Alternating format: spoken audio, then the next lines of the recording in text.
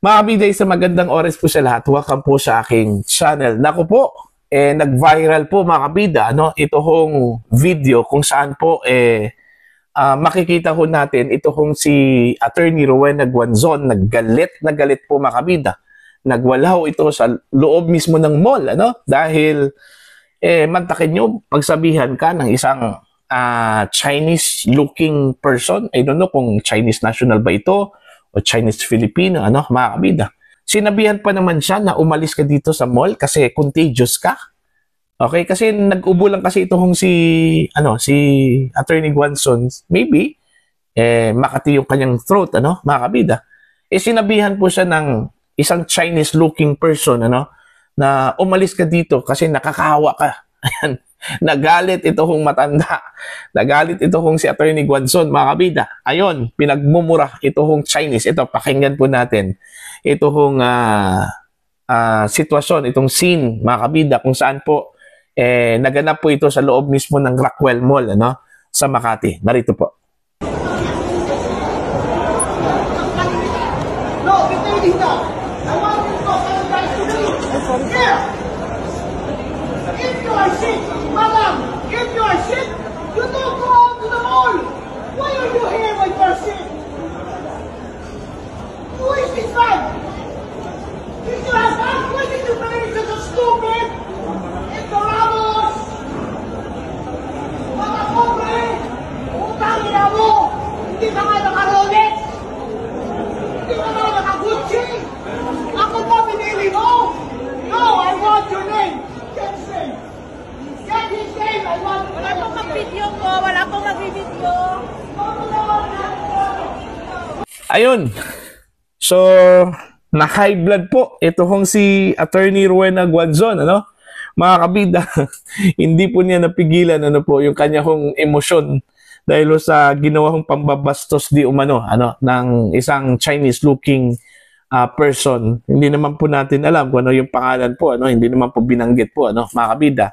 Okay? Actually, nag-file na po ng complaint ito hong si Attorney Guanzon sa Makati Police, mga kabida.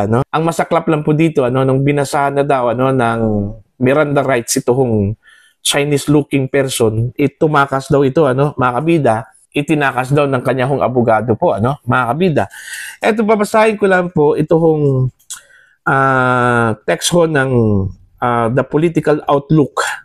Kasi sa The Political Outlook po ito nakita po, mga kabida, itong video na to, pinost po nila. Ito yung sinabi po ni Attorney Guanzon, mga kabida, na high blood ako kanina. Ang taas, medics had to assist me in Rockwell Mall. Sinabihan ba naman ako ng Chinese na umalis sa Rockwell Mall because I am contagious after I coughed once due to an itchy throat? Makati daw yung kanyang lalamunan Sometimes, hindi po natin may iwasan yan, mga kabida, Kahit na pilit nating pigilan yon, na umubuho tayo, pero sometimes, bumigay po, mga kabida. Yun yung nangyari po kay Guanzon.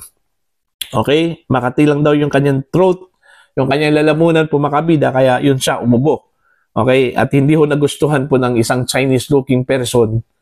Alright? Doon sa loob mismo ng mall, sinabihan itong si Attorney Guanzon na umalis ka kasi po nakakahawa ka. Nagalit po itong si Guanzon, mga kabida. Sabi po niya dito, he said, "You are coughing. You should not be in the mall. Leave." Nagmura po siya dito, Siya nga ang hindi taga Makati. Ako pa, papalayasin niya. I told him, if you are sick or afraid to get sick, you should not be in the mall. You have no right to tell me to leave. Kung makautos, parang amo ko siya. Okay? Mata pobreng hindi naman mayaman. Pangalan niyang Chong. Nag-file ako ng complaint sa Makati Central Police Station. Ang asawa niya nag-apologize pero hindi. Dinilatan pa ako. Nang basahan na sila ng Miranda rights ng police investigator, tumakas, tinakas ng lawyer nila. Mga attorney, gagawin nyo ba yun? itakas ang kliyente nyo? Ayan. Yan yung sinabi po ni Attorney Guanzon, mga kabida, no? Sa kanya hong pagtaas ng kanyang emotion.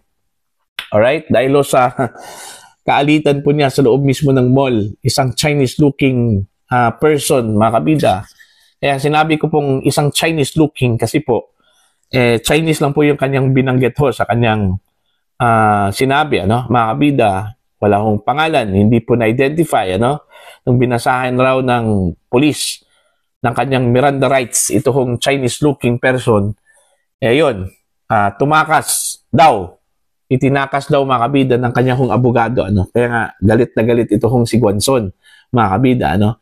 Nakakita po ng katapat itong Chinese-looking person kay Guanzon, mga kabida. Baka hindi po niya kilala, ano? Ito hong si Guanzon. Okay? Kaya yun yung kanyang sinabi, ano? Pinalis na si Guanzon po, mga kabida, dahil umubo lang po. Okay? Baka naman po takot na takot ito hong Chinese-looking person po na magkasakit po, ano? Mga kabida. Baka hindi po ito taga Pilipinas. Baka turista po yun, ano? Hindi natin alam. Mga kabida, wala pa pong exact information po, mga kabida, patungkol ho sa nakalaban ho ni Guanzon, ano, sa loob mismo ng Rockwell Mall. Mga kabida, basta yun yung scene doon, ano, nabulabog yung mga tao po doon, mga kabida, kasi ang taas po ng boses po ni Attorney Guanzon, ano, kung narinig ho ninyo yon, ang taas mo ng kanyang boses po doon galit na po. Kasi sinong hindi po magalit doon pagsabihan ka, umalis ka dito kasi nakakahawa ka, di ba? Nakakagalit talaga, mga kabida, no? Okay? Si Attorney Guanzon pa yung kanyang kinalaban. Di ba? So, yun yung nangyari po. Actually, hindi ho si Attorney Guanzon po ang nag-umpisa ho doon, ano? Mga kabida, sa gulo doon ho, sa loob mismo ng mall, ano? Parang nag-react lang po, mga kabida, ito hong si Attorney Rowena Guanzon, ano? Dahil ho siguro sa tingin ho niya, binastos po siya, no? Ng naturang Chinese-looking person, mga kabida. Okay? Yung paalisin ka po doon sa loob ng mall dahil nakakahawa ka, pambabastos po yun, ano? Mga kabida. Diba? Wala hong sino man ang may karapatan, ano? Mga kabida, na magpaalis po sa isang tao, sa isang public place. Okay? Kung wala lang mang ginawang kasalanan po, ano? Mga kabida. Unless siguro nagnakaw ka, alam siguro, nanggulo ka sa loob, okay lang po yun. Papalisin ka talaga, no? Pero, dahil lang po, nag-ubo ka, mga kabida, okay? Kasi, Makati na po yung lalamunan mo, tapos may tao na papaalisin ka po, dahil baka makahawa ka doon, ano? Diba? Ganun lang po yun So, yun po. Na-high blood si Manang, mga kabida. Si Manang Bing. Okay? Kasi hindi po niya inakala siguro, ano? Na yun yung magiging scene kung pumasok po siya sa Rockwell Mall sa Makati, ano? Mga kabida. Baka naman yung manner ho sa pagkasabi po, ano? Baka dun ho galit ito hong si Attorney Guanzon, ano? Mga kabida. Baka ang pagkasabi ho sa kanya in public, ano? Mga kabida. Kasi mall yun okay? Public place po yun. Baka yun yung dahilan kung bakit po tumaas yung boses po niya, no? Nagwala ito hong si Attorney Guanzon, ano? Mga kabida. Dahil hindi ho maganda yung pagka-approach. Alright? Tayo, mga Pilipino, sensitive pa naman tayo dyan, ano? Mga kabida. Ayaw ho nating mapahiya, ano po, mga kabida.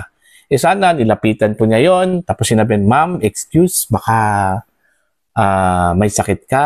Parang ganun Pero kahit ganun wala kung sino mang may karapatan, ano, na magpaalis, ano, mga kabida.